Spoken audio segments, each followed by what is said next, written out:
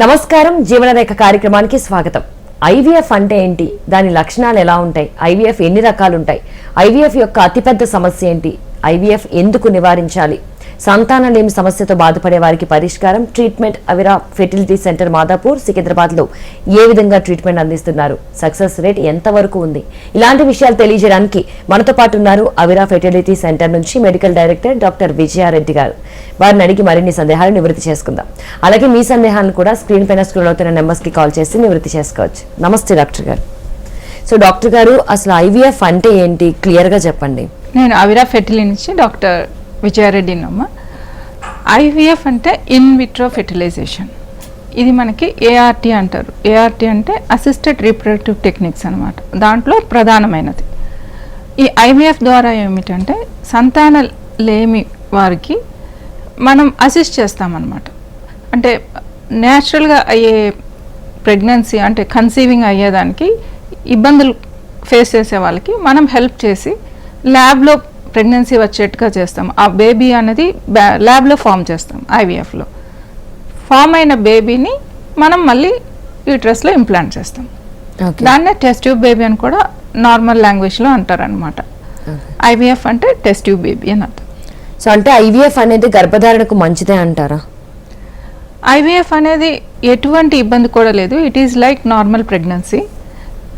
కానీ దీనికోసం మనము దాన్ని 3 రకాలుగా మనం చేస్తామన్నమాట. ఒకటి న్యాచురల్గా, అంటే కొందరికి న్యాచురల్గానే ఎగ్స్ బాగా కనిపిస్తాయి, వారికి ఎటువంటి ఇంజెక్షన్స్ కూడా ఇవ్వకుండా, అసిస్ట్ చేయకుండా, ఇంజెక్షన్స్ సపోర్ట్ లేకుండా న్యాచురల్ దాంతోనే చేస్తారు. ఎగ్స్ పికప్ చేసి మనం ల్యాబ్లో దాన్ని ఎంబ్రియో ఫామ్ చేసి తర్వాత మదర్కి ఇంప్లాంట్ చేస్తాం. ఇది కొంచెం తక్కువ మందికే ఉంటుంది, ఎందుకంటే మన దగ్గర అప్రోచ్ అయ్యేటప్పటికే వాళ్ళు ఏదో ఒక సమస్యతోనే వస్తారు. సో న్యాచురల్ వాళ్ళు ఎగ్స్ కనిపించడం అన్నది కొంచెం తక్కువే ఉంటుంది. సెకండ్ ఏంటంటే సెల్ఫ్ ఐవీఎఫ్ అనమాట. అంటే వచ్చిన ప్రెగ్నెంట్ మదర్కి, ఆ లేడీకి మనం ఎగ్స్ని మెచ్యూర్ అయ్యేట్ చేసి రిలీజ్ అవ్వడానికి కూడా ఇంజెక్షన్స్ ఇచ్చి తర్వాత ఎగ్స్ పికప్ చేస్తాం. ఎగ్స్ పికప్ చేసి దాన్ని ల్యాబ్లో ఫెర్టిలైజ్ చేస్తాం. ఇది చేసేది సెల్ఫ్ ఐవీఎఫ్ అనమాట. ఇంకొందరికి అసలు ఎగ్స్ అనేవి ఉండవు, వాళ్ళకి టోటల్గా ఎగ్స్ క్వాలిటీ తగ్గిపోయి ఉంటుంది, టోటల్ నెంబర్ కూడా తగ్గిపోయి ఉంటుంది. అటువంటి వారికి డోనర్ ఐవీఎఫ్ అంటాం అనమాట. ఊసైడ్ డోనర్ దగ్గరికి వెళ్తాము, కానీ వాళ్ళ హస్బెండ్ స్పర్మ్తోనే ఫెర్టిలైజ్ చేసి దాన్ని మదర్కే ఇంప్లాంట్ చేస్తాం. అంటే ఈ లేడీకే ఇంప్లాంట్ చేస్తాం, కానీ ఎగ్స్ ఆమె ఉండవు. సో ఆమెకి ఏంటంటే ఆ మదర్లీ ఫీలింగ్ అయితే వస్తుంది, కానీ ఎగ్స్ అయితే ఆమె ఉండవు. కానీ అట్ ద సేమ్ టైం కపుల్లో ఫాదర్ స్పర్మ్ అన్నది ఉంటుంది. ఇది డోనర్ అనమాట. ఓకే. సో అంటే ఐవీఎఫ్ రకాలు ఏంటి డాక్టర్ గారు, అంటే ఎన్ని రకాలుగా ఉంటుంది ఇది? ఐవీఎఫ్లో ఇలాగే మనం న్యాచురల్, సెల్ఫ్, డోనర్ ఇట్లా 3 రకాలుగా మనం చేసుకోవచ్చు అనమాట. దీంట్లో న్యాచురల్గా చాలా తక్కువ మందికే చేస్తాము. సెల్ఫ్లో మాత్రము రైట్ ఏజ్లో వస్తే చాలా వరకు మనం సెల్ఫ్లో వాళ్ళకి హెల్ప్ చేయగలం. ఇక్కడ మనకి మెయిన్గా మనల్ని అప్రోచ్ అయ్యే కపుల్, అవిరాకు అప్రోచ్ అయ్యే కపుల్ చాలా వరకు ఐవీఎఫ్ దాకా వెళ్ళే వారందరూ కొంచెం ఏజ్డ్ ఉంటున్నారు. సో అలా కాకుండా రైట్ ఏజ్లో రావాలి. మనకి ఏజ్ అనేది మనకు ఫెర్టిలైజేషన్, ఈ ఫెర్టిలిటీ ట్రీట్మెంట్లో మెయిన్ ఇంపార్టెంట్ అనమాట. సో ఆ రైట్ ఏజ్లో వచ్చినప్పుడు వాళ్ళకి ఎగ్స్ క్వాలిటీ, ఎగ్స్ నంబర్ బాగుంటుంది. తర్వాత ఎంబ్రియో మనం ఫామ్ చేసిన తర్వాత కూడా వాళ్ళ యుట్రస్లో, వాళ్ళ గర్భ సంచిలో పెట్టినప్పుడు ఆ ఎండోమెట్రియం పొర అన్నది బాగా ఉంటుంది. సో వాళ్ళకి వేరే ఏజ్ వచ్చే కొద్దీ వారికి డయాబెటీస్ అని, థైరాయిడ్ అని, హైపర్ టెన్షన్ అని ఇటువంటి ప్రాబ్లమ్స్ అన్నీ కూడా వస్తాయి. ఇవన్నీ కూడా యంగ్ ఏజ్లో ఉన్న వరకు చాలా వరకు ఉండవు.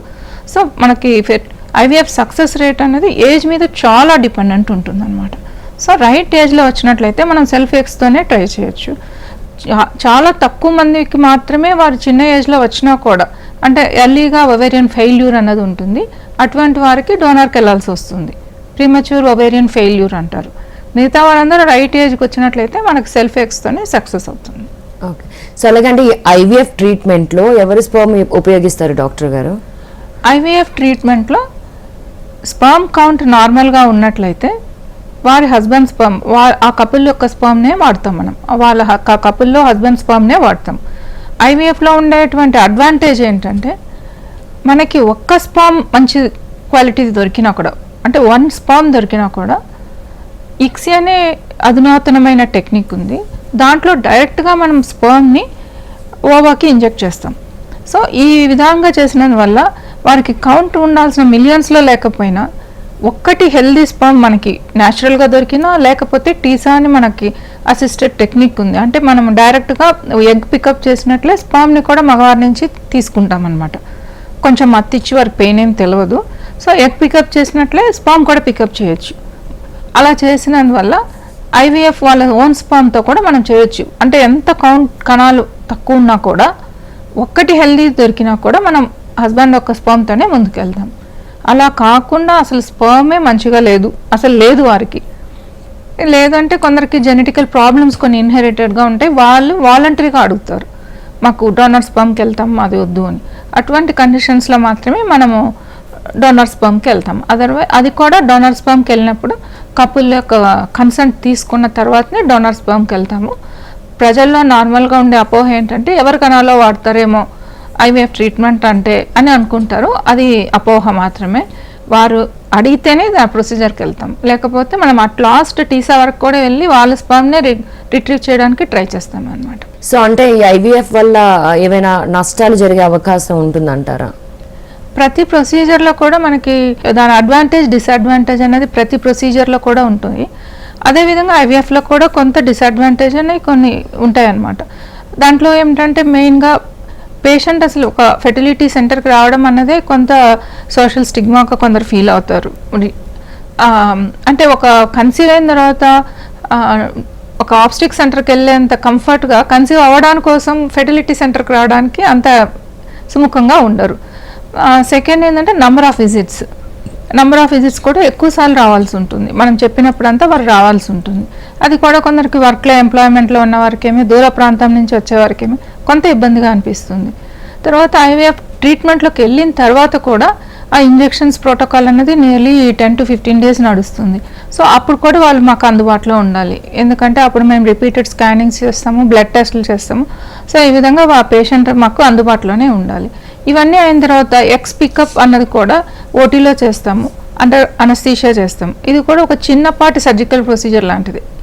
అంటే డే కేరే ఉంటుంది, పేషెంట్ నైట్ ఉండాల్సిన అవసరం లేదు. కానీ డే కేర్ అయినా కూడా అండర్ అనస్థీషియా ఓటీలో చేసే ప్రొసీజర్ కాబట్టి కొంచెం ఆ భయం అన్నది ఉంటుంది. సో తర్వాత ఇంప్లాంటేషన్కి వచ్చినప్పుడు కూడా మనం మళ్ళీ మానిటరింగ్ చేస్తాం ఒక 10 రోజులు. సో ఇట్లా రిపీటెడ్గా సెంటర్కి రావడం అనేది కూడా కొందరికి పెయిన్ఫుల్ అనిపిస్తుంది.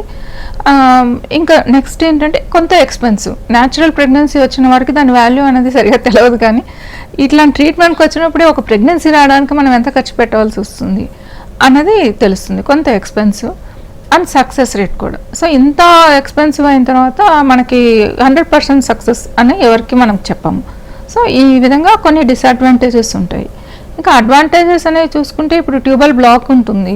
పేషెంట్కి మనం ట్యూబల్ బ్లాక్ అని ఐడెంటిఫై చేసిన తర్వాత మనం వాళ్ళకి వెంటనే ఐవీఎఫ్ సజెస్ట్ చేస్తాం. ట్యూబల్ బ్లాక్స్ చాలా వరకు ట్రీటబుల్ కాదు, స్లైట్లీ ట్రీటబుల్ ఉన్నాయి ఓకే, కానీ చాలా వరకు మోర్ దెన్ 50% ట్రీటబుల్ ఉండవు. సో ఇట్లాంటి వాళ్ళకి మనం ఐవీఎఫ్ సజెస్ట్ చేసినప్పుడు వాళ్ళు అట్లీస్ట్ వాళ్ళ ఎగ్ అన్నా ఉంటుంది. అలా కాకుండా వాళ్ళు ఇయర్స్ అండ్ ఇయర్స్ న్యాచురల్ వస్తుంది అని వెయిట్ చేసినట్లయితే వారి ఎగ్ కూడా తగ్గిపోతాయి. సో ఆ విధంగా మళ్ళీ డోనర్ ఎగ్కి పోవాల్సి వస్తుంది. సో ఐవీఎఫ్లో ఏంటంటే వారి ఓన్ ఎగ్, వాళ్ళ ఓన్ స్పర్మ్తోనే అవన్నీ ఇప్పుడు స్పర్మ్ కౌంట్, ఎగ్ కౌంట్ తగ్గకముందే వాళ్ళకి ప్రెగ్నెన్సీ వచ్చే అవకాశం ఉంటుంది. కాబట్టి సో అడ్వాంటేజ్ ఉంటుంది, డిసడ్వాంటేజ్ కూడా ఉంటుంది. సో అంటే పర్టికులర్ ఏజ్ టైంలో వస్తే ఖచ్చితంగా అంటే డోనర్ అయితే అవసరం లేకుండా ఉంటుంది, వాళ్ళ వైఫ్ అండ్ హస్బెండ్వే యూజ్ చేస్తారు కదా డాక్టర్ గారు. అంటే ఆ ఏజ్ గ్రూప్ ఏంటి, అంటే ఏ ఏజ్ లోపల వస్తాయి ఎగ్ కౌంట్ బాగుంటుంది, స్పర్మ్ కౌంట్ బాగుంటుంది? అంటే ప్రిఫరబుల్ ఏజ్ అయితే 25 to 35 ఏజ్ లోపల ఈ ట్రీట్మెంట్కి వెళితే సక్సెస్ రేట్ అనేది బాగుంటుంది. అంటే మన లేటెస్ట్ ఏఆర్టీ గైడ్లైన్స్ ప్రకారం కూడా 23 years అనమాట. అంటే ఒకసారి మ్యారేజ్ అయిన తర్వాత మినిమం ఒక 2 years న్యాచురల్గా ట్రై చేసుకుని తర్వాత వారు వీలు కాని పరిస్థితుల్లో 80% దాకా న్యాచురల్గానే కన్సీవ్ అయిపోతారు. ఈ రెస్ట్ ఆఫ్ ద 20% మాత్రమే అట్లీస్ట్ 2 years అయిన తర్వాత అప్రోచ్ అవ్వాలి. రెస్పెక్టివ్ డాక్టర్స్ దగ్గరికి వాళ్ళు వచ్చినట్లయితే మనం వాళ్ళకి ఐవీఎఫ్లో ఎక్కువ సక్సెస్ రేట్ ఇచ్చే అవకాశం ఉంటుంది. ఎందుకంటే మనం రాగానే ఇన్వెస్టిగేషన్స్ చేస్తాం. ఈ ఇన్వెస్టిగేషన్స్లో వాళ్ళకి ఐవీఎఫ్ అవసరం ఉంది అన్నట్లయితేనే ఐవీఎఫ్కి వెళ్తాం, లేకపోతే ఐఓఏ అని చిన్న పద్ధతులు ఉన్నాయి. లేదు అంటే న్యాచురల్గా కన్సీవ్ అయ్యేదానికి కూడా కొన్ని మెడికేషన్స్ ఉంటాయి. లేదు అన్నట్లయితే వారికి ఇంకా కూడా వారు జాబ్ పర్పస్లో దూరం ఉంటారు.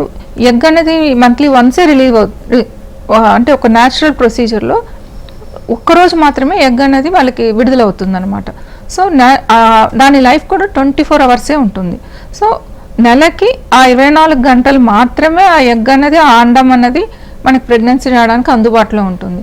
సో వాళ్ళు భార్యాభర్తలు ఇద్దరు జాబ్ పర్పస్లో, లేకపోతే డ్యూటీస్, నైట్ డ్యూటీలు, డే డ్యూటీలు, ఇలా డిఫరెంట్ డ్యూటీస్తోనేమి వాళ్ళు దూరంగా ఉన్నట్లయితే ఆ మంత్ వేస్ట్ అయిపోతుంది. వాళ్ళకి తెలియదు ఆ 24 అవర్స్లో మాత్రమే అది ఫెర్టిలైజ్ అవుతుంది.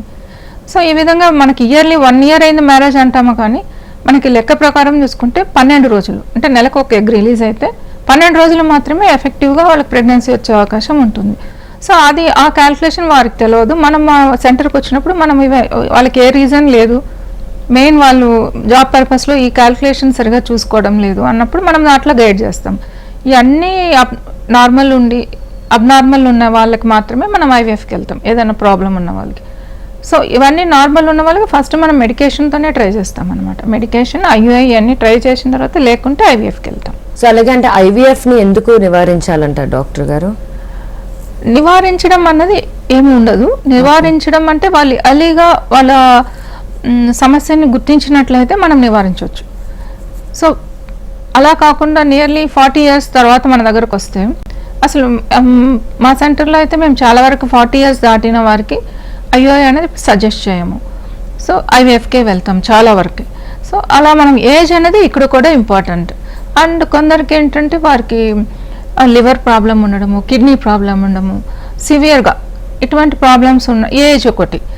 మన ఏఆర్టీ గైడ్ లైన్స్లో కూడా టోటల్గా మన 50 ఇయర్స్ లేడీకి దాటిన తర్వాత, 50 ఇయర్స్ మేల్ దాటిన తర్వాత మనం ఎటువంటి ఏఆర్టీ ప్రొసీజర్, ఐవీఎఫ్ ప్రొసీజర్స్ చేయకూడదు వాళ్ళకి. సో వారు 50 ఇయర్స్ తర్వాత మనకు అప్రోచ్ అయినట్లయితే మనం ఏమి హెల్ప్ చేయలేము వాళ్ళకి. సో ఈ విధంగా ఐవీఎఫ్కి ఏజ్ అనేది వెరీ ఇంపార్టెంట్. సక్సెస్ రేట్ కూడా ఏజ్ మీదనే డిపెండ్ అయి ఉంటుంది. అంటే సక్సెస్ రేట్ ఎంతవరకు ఉంటుంది డాక్టర్ గారు ఈ ఐవీఎఫ్ ప్రాసెస్కి? 30 ఇయర్స్ లోపల నియర్లీ 50 to 80% సక్సెస్ రేట్ ఉంటుంది. సో ఐవీఎఫ్ అనేది 30 ఇయర్స్ లోపల సక్సెస్ రేట్ చాలా బాగుంటుంది. సో ఈ 30 to 35 ఇయర్స్ మధ్యన వచ్చిన వాళ్ళకి 40%, అంటే ఈ 30 దాటిన తర్వాత నియర్లీ అది డ్రాస్టిక్గా తగ్గిపోతుంది అనమాట. సో 35 ఇయర్స్ దాటినాక ఎవ్రీ 2 ఇయర్స్కి తగ్గిపోతూ ఉంటుంది. సో 35 to 37, 37 to 39, 2 ఇయర్స్ ఒకసారి 10% తగ్గిపోతుంది అనమాట. సో నియర్లీ 40 ఏజ్ వచ్చేటప్పటికి వాళ్ళకి 20% సక్సెస్ రేటే ఉంటుంది. సో 40 ఇయర్స్ ఏజ్ వాళ్ళకి మనం ఒక 100 మెంబర్స్కి చేస్తే దాంట్లో 20 మెంబర్స్కి మాత్రమే సక్సెస్ అయ్యే అవకాశం ఎక్కువ ఉంటుంది. అదే 30 ఇయర్స్ ఏజ్లో గ్రూప్కి చేసినట్లయితే మోర్ దెన్ 50%, ఒక్కోసారి 80% కూడా సక్సెస్ రేట్ ఉంటుంది. సో ఇక్కడ age very important criteria.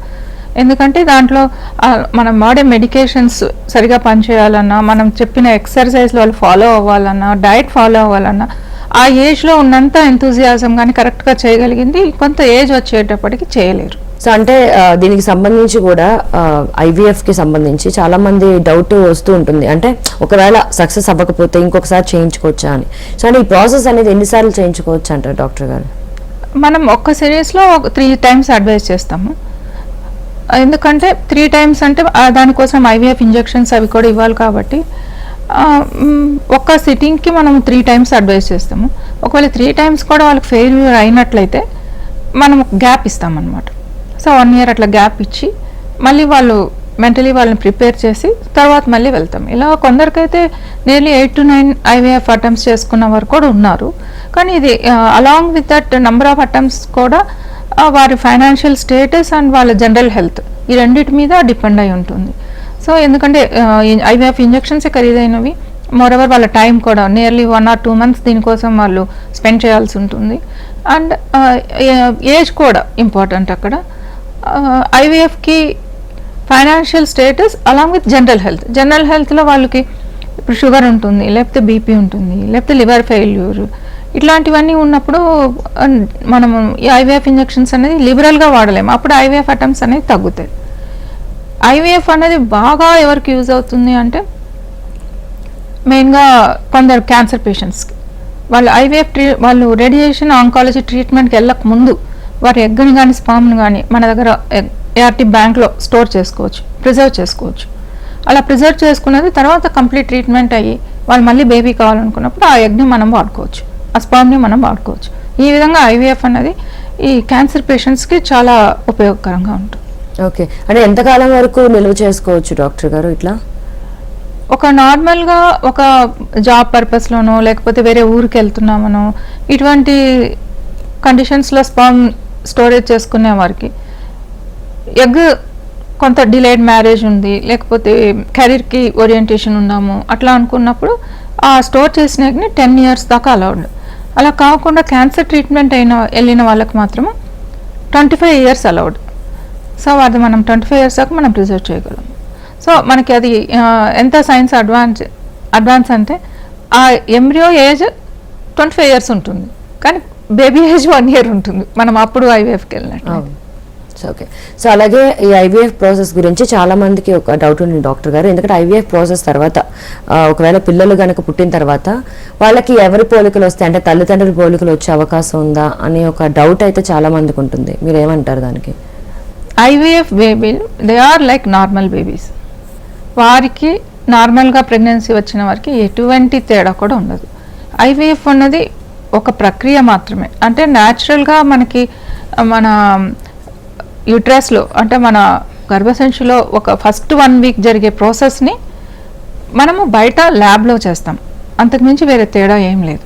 So ఎవరైతే వారి పేరెంట్సో వాళ్ళే పోలికలే ఉంటాయి. ఓన్లీ డోనార్స్కి వెళ్ళినప్పుడు కొంత డిఫరెన్స్ వస్తుంది.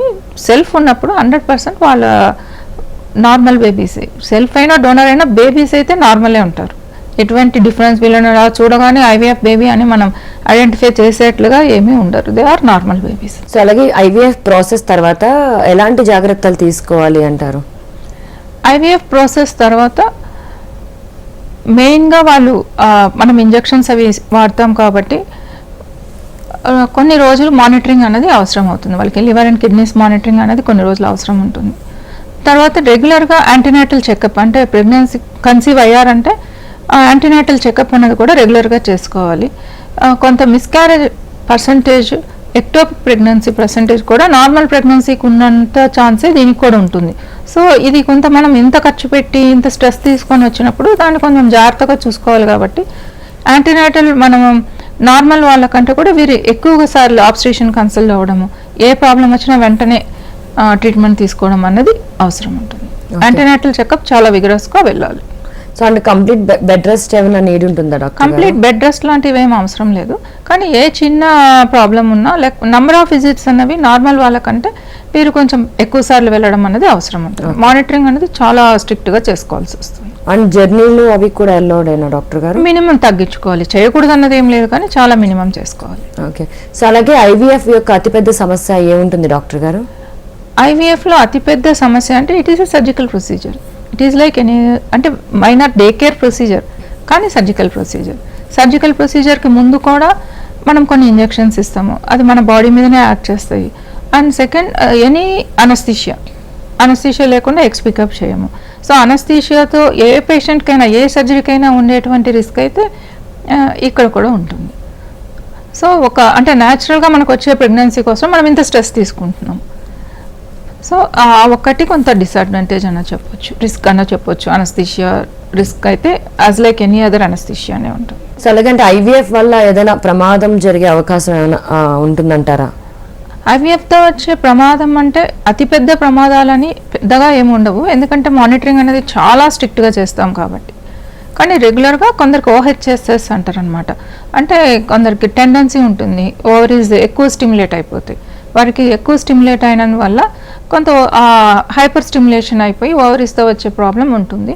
అది మానిటరింగ్లో మనం చాలా స్ట్రిక్ట్గా చూసుకుంటాము. దానికి స్కానింగ్లో కానీ బ్లడ్ టెస్ట్లో కానీ ముందే తెలుస్తుంది మనకి. అది రాకుండా ఇచ్చే ఇంజెక్షన్స్ చాలా అవైలబుల్ ఉన్నాయి ఇప్పుడు మనకి.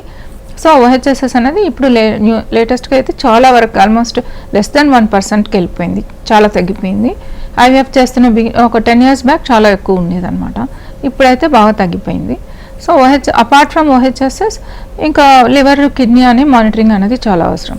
ఇవి రెగ్యులర్గా మానిటర్ చేసుకుంటాం కాబట్టి ఇవన్నీ బాగానే ఉంటే ఏం పెద్ద రిస్క్స్ ఉండవు. కానీ రిస్క్లు అంటే ఓహెచ్ఎస్ అనేది ఫస్ట్ వస్తుంది మనకి. ఇంజెక్షన్స్ ఓవరీస్ హైపర్ స్టిమ్యులేట్ అయిపోతాయి, అది మానిటర్ చేసుకుంటే మనం తగ్గించుకోవచ్చు. సో అలాగే ఈ ఐవీఎఫ్ వల్ల ఒక అంటే బిడ్డకి జన్మనిచ్చిన తర్వాత తల్లికి కానీ లేదా ఇటు బిడ్డకి కానీ ఏదైనా సైడ్ ఎఫెక్ట్స్ ఉండే అవకాశం ఉందా, లేకపోతే అంత నార్మల్గానే ఉంటుందంటారా?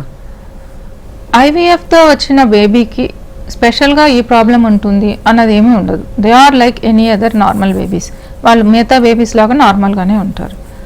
ఇంకా మదర్కి కూడా అంతే, సేమ్ నార్మల్ ప్రెగ్నెన్సీ లాగానే. కాకపోతే ఇది ఒక ప్రెషియస్ ప్రెగ్నెన్సీ కాబట్టి ఏ చిన్న మిస్క్యారేజ్లు కానీ, ఎక్టోపిక్లు కానీ, డయాబెటీస్ కానీ, అంటే జెస్టేషనల్ డయాబెటీస్ అంటారు అనమాట. అంటే ప్రెగ్నెన్సీలో వచ్చే డయాబెటీస్, ప్రెగ్నెన్సీలో వచ్చే హైపర్ టెన్షన్, బీపీ, ఇటువంటివన్నీ కొంచెం పర్సంటేజ్ అనేది కొంచెం ఎక్కువ ఉంటుంది. ఇది స్ట్రిక్ట్ మానిటరింగ్తో మనం చాలా వరకు కంట్రోల్ చేసుకోవచ్చు. సో అందుకని మదర్కి స్పెషల్గా కేర్ అంటే మానిటరింగే ఇంపార్టెంట్.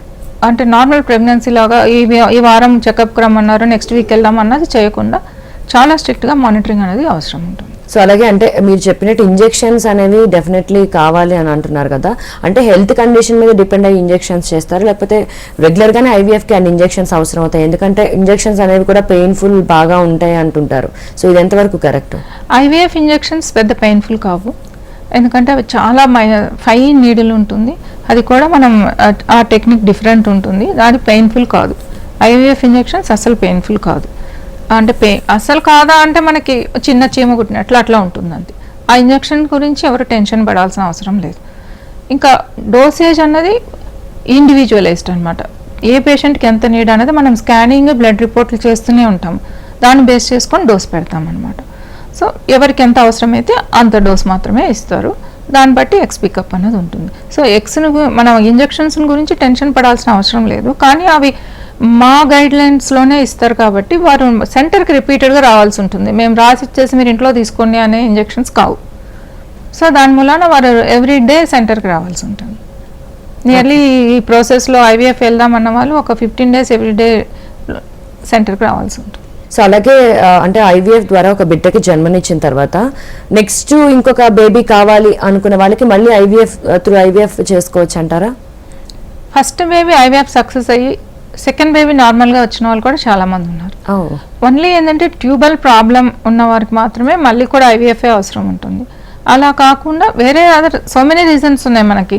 ఏ రీజన్లో మనకి కన్సీవ్ అవ్వలేదు అనేది ఇమ్మెటీరియల్ అనమాట. దాంట్లో ట్యూబల్ బ్లాకేడ్కి మాత్రం మళ్ళీ వచ్చే అవకాశం అనేది ఉండదు. అదర్వైజ్ మిగతా చిన్న చిన్న ప్రాబ్లమ్స్ ఏదైనా అయితే నార్మల్ ప్రెగ్నెన్సీ మళ్ళీ రావచ్చు. ఇంకా ఫస్ట్ ప్రెగ్నెన్సీలో కొందరికి మనం 2 straws అట్లా తీస్తామన్నమాట. అట్లా ఒక్కోసారి 2 straws ఉన్న వాళ్ళకి వాళ్ళదే రెండో దానికి కూడా ప్రిజర్వ్ చేసుకునే అవకాశం కూడా ఉంది. ఇందాక మేము చెప్పినట్టు మీరు వారు 10 years దాన్ని ఉంచుకోవచ్చు. ఒకసారి సక్సెస్ అయ్యాక ఇంకా వాళ్ళ ఎంబ్రియోస్ ఉన్నట్లయితే వాళ్ళు 10 years ప్రిజర్వ్ చేసుకోవచ్చు. సో వాళ్ళ దాంతోనే రెండోసారి ఓన్లీ ఇంజెక్షన్స్ లేకుండా ఓన్లీ ఇంప్లాంటేషన్కి వెళ్ళిపోవచ్చు అనమాట. ఓన్ పికప్ లేకుండా డైరెక్ట్గా ఇంప్లాంటేషన్ చేయించుకోవచ్చు. సో ఈ అవకాశం కూడా ఉంటుంది. సో అలాగే డాక్టర్ గారు, మీ అవిరా ఫెర్టిలిటీ సెంటర్లో ఏమేం ట్రీట్మెంట్స్ అందుబాటులో ఉన్నాయి? మనకి అవిరా ఫెర్టిలిటీలో A to Z అన్ని ట్రీట్మెంట్స్ ఫర్ ఇన్ఫెర్టిలిటీ, ఫెర్టిలిటీకి సంబంధించినంత వరకు అన్ని ట్రీట్మెంట్స్ అందుబాటులో ఉన్నాయమ్మా. ART బ్యాంక్ కూడా మన దగ్గర ఉంది. సో డోనార్ స్పర్మ్ కానీ డోనార్ ఎగ్ కానీ కావాల్సిన వారికి మనం బ్లడ్ బ్యాంక్లోనే బ్లడ్ బ్యాంక్ లాగా ART బ్యాంక్లోనే అవి తీసుకోవాల్సి ఉంటుంది. సో మనకు అది కూడా మన ఇన్ హౌసే ఉంది కాబట్టి పేషెంట్స్ దానికోసం అటు ఇటు వెళ్ళవలసిన అవసరం లేదు. సెకండ్ ఏంటంటే సర్జరీ ముందు అంటే మనకి ఐవీఎఫ్కి ముందు ఏదైనా లాప్రోస్కోపీ కానీ హిస్ట్రోస్కోపీ కానీ చేయాల్సిన అవసరం ఉన్నా కూడా మన దగ్గరే అవి చేస్తాము. ఫైబ్రాయిడ్స్ లాంటి గడ్డలు ఉన్నా, పాలిప్స్ లాంటివి ఏమైనా ఉన్నా అవి రిమూవల్ అవసరమైనా కూడా మన దగ్గరే చేస్తాము. ఐవీఎఫ్ అనేది కంప్లీట్ లేటెస్ట్ ఎక్విప్మెంట్తో ఉంది మన ల్యాబ్. సో ఎంబ్రియాలజిస్ట్ కూడా సీనియర్ ఎంబ్రియాలజిస్టులు ఉన్నారు.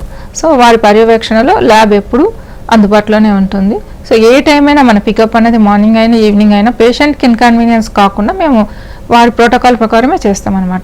మన గైనకాలజిస్టులు, అనస్థెటిస్ట్, ఎంబ్రియాలజిస్టులు ఎప్పుడు కూడా అందుబాటులోనే ఉంటారు. సో వారికి ఏ ప్రాబ్లం వచ్చినా మనం డీల్ చేయగలము. అలాగే మనకి IUI, IVF, donor sperm, donor egg అన్నీ కూడా అవిరా ఫెర్టిలిటీలో అవైలబుల్ ఉంటుంది. సో IUI విధానం ఏంటంటే సింపుల్ ప్రొసీజర్. సో మన దగ్గర సింపుల్ ప్రొసీజర్ నుంచి IVF అనేది నెక్స్ట్ ప్రొసీజర్, IVF, ICSI రెండు నెక్స్ట్ ప్రొసీజర్స్ అనమాట. సో కణాలు బాగా తక్కువ ఉన్న వాళ్ళకి ICSIలో చేయగలము. కణాలు ప్లెంటీ ఆఫ్ నంబర్ మిలియన్స్లో ఉన్న వారికి ఓన్లీ సింపుల్ ఐవీఎఫ్ కూడా సరిపోతుంది. ఇంకా బాగా కౌంట్ బాగుంది, సింపుల్ వాళ్ళ టైమింగ్స్ మెయింటైన్ చేయడం లేదు అన్న వాళ్ళకైతే ఐయుఐతో కూడా కన్సీవ్ అయ్యే అవకాశం ఉంటుంది. సో ఈ విధంగా మనకి సింపుల్ ప్రొసీజర్ నుంచి వెరీ అడ్వాన్స్డ్ ప్రొసీజర్ దాకా అన్నీ మన దగ్గర అవైలబుల్ ఉన్నాయి. సర్జికల్ ప్రొసీజర్స్ కూడా లాప్రోస్కోపీ, హిస్టోస్కోపీ చేస్తాం కాబట్టి పాలిప్స్ అయినా, ఫైబ్రాయిడ్స్ అయినా, లేకపోతే ఓవేరియన్ ట్యూమర్స్ అయినా ఏదైనా కానీ మనం రిమూవ్ చేసుకొని నెక్స్ట్ పేషెంట్కి అడ్వైస్ ఇచ్చి ఐవీఎఫ్ ట్రీట్మెంట్ ఎప్పుడు స్టార్ట్ చేయాలో వాళ్ళని గైడ్ చేసుకుంటాం అన్నమాట. సో మన దగ్గర వచ్చిన పేషెంట్కి మనం ఫుల్ ఫ్లెష్డ్గా వాళ్ళకి హెల్ప్ చేయగలం, ప్రొవైడెడ్ పేషెంట్ మనకి చెప్పిన టైంకి రావాలి. ఇక్కడ పేషెంట్ కోఆపరేషన్ కూడా చాలా అవసరం ఉంటుంది. వారు ఒక్కసారి మన దగ్గరకు వస్తే ట్రీట్మెంట్ కంప్లీట్ అవ్వదు. ఇదివరకు మనం డిస్కస్ చేసుకున్నట్టు నంబర్ ఆఫ్ విజిట్స్ అనేది చాలా అవసరం. కొంచెం ఓపిక్గా పేషెంట్ కూడా రావాల్సి ఉంటుంది. సో పేషెంట్ మనకి కోఆపరేటివ్ ఉన్నట్లయితే మన ట్రీట్మెంట్ అనేది బాగా సక్సెస్ఫుల్ ఉంటుంది. సో అంటే IVF కి అంటే నెంబర్ ఆఫ్ విజిట్స్ అయితే ఎక్కువ కావాలంటారు. IUI-కి అంత అవసరం ఉంటుందా డాక్టర్ గారు? IUI-కి తక్కువ ఉంటుందమ్మా. IUI-కి ఇన్ని విజిట్స్ అవసరం లేదు. ఎందుకంటే IUI-కి వాళ్ళ స్పామ్ని మనం ఫ్రీజ్ చేసుకోవచ్చు కూడా. So patients maximum 3 or 4 times వచ్చినట్లయితే స్పామ్ ఫ్రీజింగ్లో ఉంటుంది కాబట్టి హస్బెండ్ ఆ రోజు రాకపోయినా ముందే మనం సిగ్నేచర్స్ అవి తీసుకుంటాము. On the day of IUI మనం చేసేయగలము. అంటే ఇద్దరు రాగలిగితే ఫ్రెష్ స్పామ్తో కూడా చేస్తాము, లేదంటే ఫ్రోజన్ స్పామ్తో కూడా చేసేయచ్చు. సో IUI-కి అంత రిపీటెడ్గా అన్ని విజిట్స్ అనేవి ఉండవు, అంత మానిటరింగ్ కూడా అంత ఎక్కువ అవసరం ఉండదు. IVF-కి మానిటరింగ్ అనేది ఎక్కువ అవసరం ఉంటుంది. ఎవ్రీడే ఇంజెక్షన్స్ ఉంటాయి. సో బ్లడ్ టెస్ట్లు కూడా ఎక్కువ ఉంటాయి, స్కానింగ్ కూడా ఎక్కువ ఉంటుంది. సో IVF ప్రొసీజర్ అనేది కొంచెం పేషెంట్ కోఆపరేషన్ అనేది చాలా అవసరం. Right, thank you doctor Vijaya Reddy గారు. IVF ప్రాసెస్ గురించి చాలా క్లియర్గా చెప్పారు. Thank you so much. చూసారు కదా, ఇది వాటి జీవనరేఖ కార్యక్రమం.